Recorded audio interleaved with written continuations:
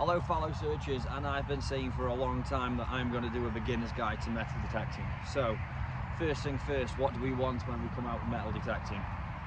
Land. Any land, doesn't matter what land, but remember you need permission for it.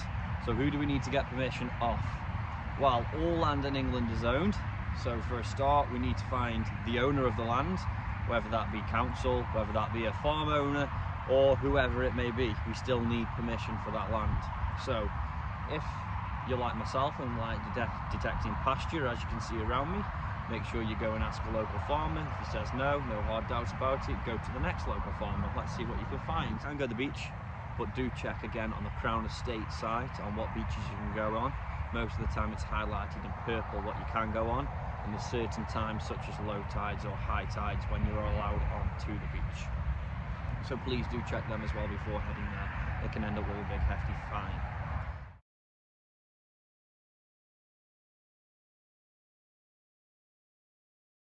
You can try with your local council. I have seen some people get lucky and local councils let people on certain plots of land, but the chances are extremely slim.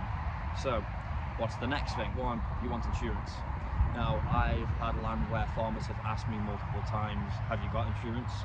And it's been one of the only means of me actually getting permission on that land. So make sure you check out some of the insurances, list of them here. Make sure you get insurance. It's not a lot of money, but it covers you. So what does it cover you for? Let's say you dig a hole and forget to fill it. Shouldn't do, we'll get on to that. But if you did dig a hole and you forgot to fill it and a horse hurt itself, or you broke your leg, or a cow got out of the field onto the road, it covers you and it covers the farmer. So make sure you get some insurance for that land. You're going to want a machine. Now, there's lots of places to buy machines from. I'll list again a few here where you can get machines from, but what machine do you want? Now, it's entirely your choice. I went for a really beginner's machine, something cheap off Amazon, and honestly it got me into the hobby, but it didn't find diddly. It really didn't. I found absolutely nothing with it other than old iron. So how complex do you want to go? Are you coming back to metal detecting, you know how to use a machine, or do you want one that's switch on and go? So honestly, what would I recommend? Depending on budget, I would recommend something along the lines of the starter Garrett machines, or the machine I use myself, the Vanquish 540. 340 is the cheaper one. It doesn't have Bluetooth, doesn't have the extra settings, and then you've got your 440, which does have the extra settings but doesn't have Bluetooth. Now these machines, honestly, they switch on and go. Yes, you can learn a lot more about them in the long run, and you can learn what the tones are saying, but they're an easy machine to start the hobby with. Now, obviously, the next thing, what do we need? A shovel. We need a shovel so that we can dig them holes on what we find. Now, you may see some people who find something in the hole and they pick up the plug and they waft the soil in front of the coil until it makes a noise, so they know they've got the find. Honestly, pasture, you're going to make a mess. You're going to make a real big mess doing that. You're going to want to keep your etiquette with the farmer and keep the land neat. Now that would be okay in plough, but honestly I'd recommend your next buy being a pinpointer. Now, I use the Garrett carrot like everybody else does, to be honest with you. I started with a 20 quid one off at Amazon. It did the job. It found the finds that I wanted it to find. It helped me locate them in the pasture so you don't destroy the earth inside it. Now that's what you want. You don't want to be destroying that earth. Because if your farmer who's just give you permission, who doesn't know you and you're a stranger, turns up and you've left holes and messes, like there's badges everywhere, he's not going to be one happy farmer, and you're probably not going to be coming back. So make sure that you buy something to help you find what's in that hole so you don't make a mess. Now there's multiple other things you can buy. You can go a bit further. I carry a backpack. I carry a backpack because I want the drinks in it, I want my sandwiches in it. I spend the full day metal detecting, so I want to take my stuff with me, and if it rains I've got spare gloves, spare clothes, waterproofs, so I bring them with me. But if you were a fair weather detectorist and you just like going out in the sun, you don't really need one. You could just come out with your shovel, your pointer and your detector.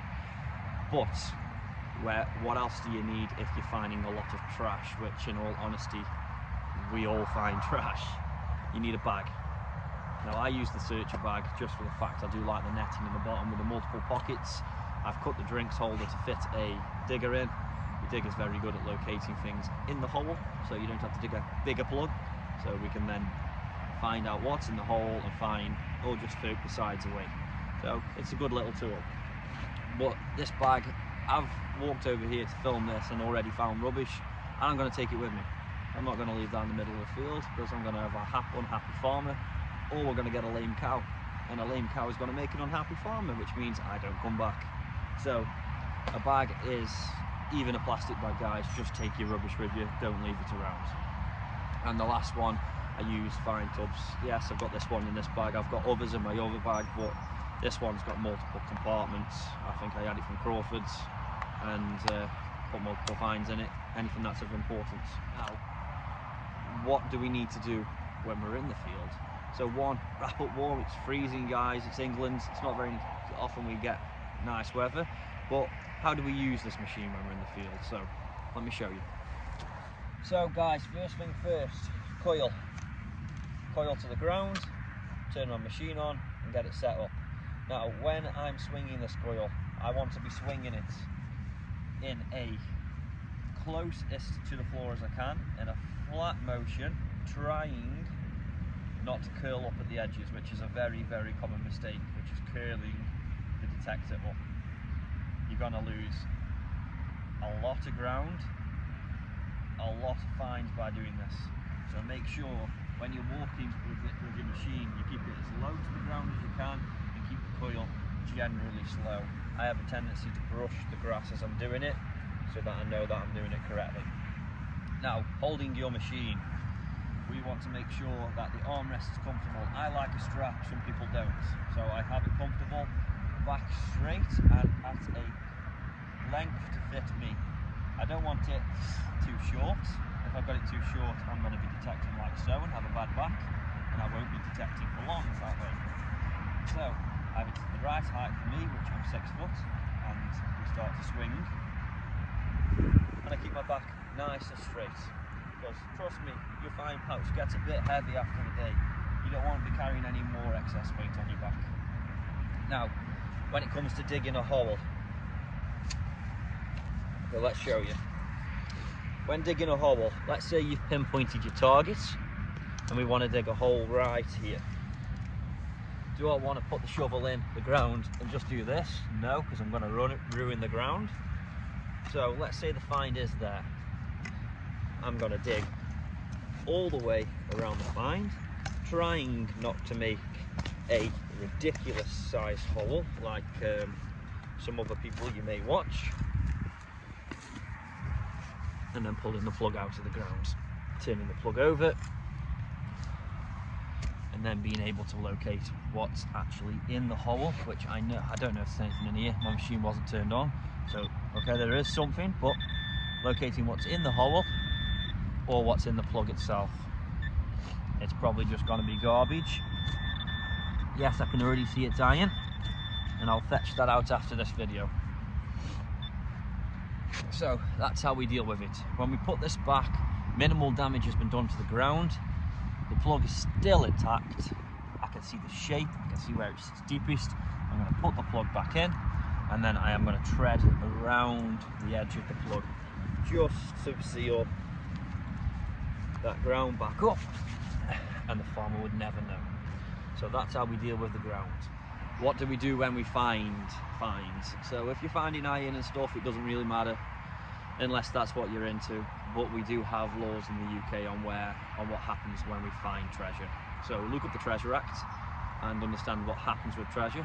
But if we do find treasure, we need to contact your local pass officer, so your flow, as you may have already heard.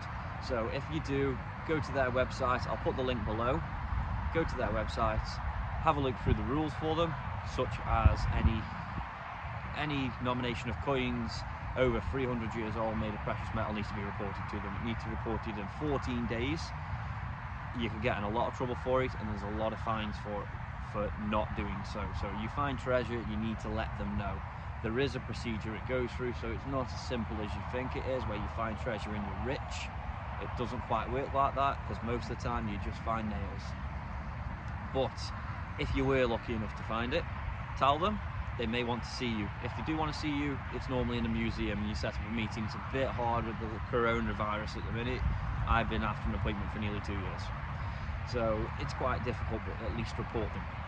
Now, if they do take them off you, that fine will then get valued via the coroner, and it will then go to the museum on whether they want it or not. So then it will either come back to yourself if they don't want it, or it would be split 50-50 between landowner and finder, and at the value of what the coroner said. Now guys, in the hobby itself, honestly, if you're doing this hobby to get rich, it's the wrong hobby for you. I do it for peace of mind. I do it to calm back down after a busy week of self-employment and 2 under 5-year-olds running around like nutters. I like my history, so finding my history absolutely suits me down to the ground, and I get to chill out and turn off when doing it. But, as said, you will not get rich easy doing this hobby, but you can make money in the hobby. I would honestly go to Addicted to Bleeps and have a look at his on how to make money in the hobby, so you can see different ways that he explains in it. So guys, how do I acquire so much land? It's been asked to me before. Honestly, it's being nice, not being arrogant, not being shy to my farmer. At the end of the day, I show my farmer what I find. You find that they're very interested in it, and when I do show them, most of the time he turns around and says, you know what, my brother owns the farm over there, I'll go ask him for you. So I've made them photo frames with fines in, I've given them expensive fines back, I've helped out at certain things on the farm which they wanted me to help out at the time. They allow me to bring other people with me, as you've seen in other videos, so it's well worth keeping that farmer happy on what you do. But the main thing, tidy up. If you're gonna eat your food, don't dump your packets. If you're gonna find iron, don't leave it, take it with you. Throw it in the bin. I bet you every one of my farmers I've seen so far has a scrap pile. Chuck it in the scrap pile. Ask them if they've got one. There's multiple times when you can lose your landowner and you're gonna be one very sad person after you've brought all the equipment and you've got all the hopes to find in the hobby. Machine guys, don't expect a miracle, because even with the 540 that I had, I must have dug 100 nails before I actually found anything good. It takes a long time to learn your machine. I would get as knowledgeable as you can using other people's YouTubes, guides on your machine, even your user manual. Just have a good look through and a good research on your machine itself, or else, honestly, most people, they give up with it. They go out, they expect to find things straight away. But we dig a lot of trash. It might look like on videos we dig a lot of good, but I take carrier bags home of trash every single time I come out. I don't always find good. I find bad as well. I have bad days. So do the friends who I bring with me. It can be a little bit disheartening sometimes because you do expect more, but just get to grips with your machine before you actually do turn around and decide this hobby isn't for me. Now, your biggest danger when metal detecting, honestly, it's probably other humans, but be careful of animals. Be careful of cows, be careful of the farm dogs, be careful of any other animals in that land, because there are some nasty stories that do happen. There are people that do get attacked by the animals, such as rams and cows. Never go near a dairy bull if you can help it, and don't go near the mama cows when they've got calf with them, because you're just asking for trouble. Just use your common sense. Now, I hope this video has helped you, and if there's anything you find I have missed in this, please put in the comments below.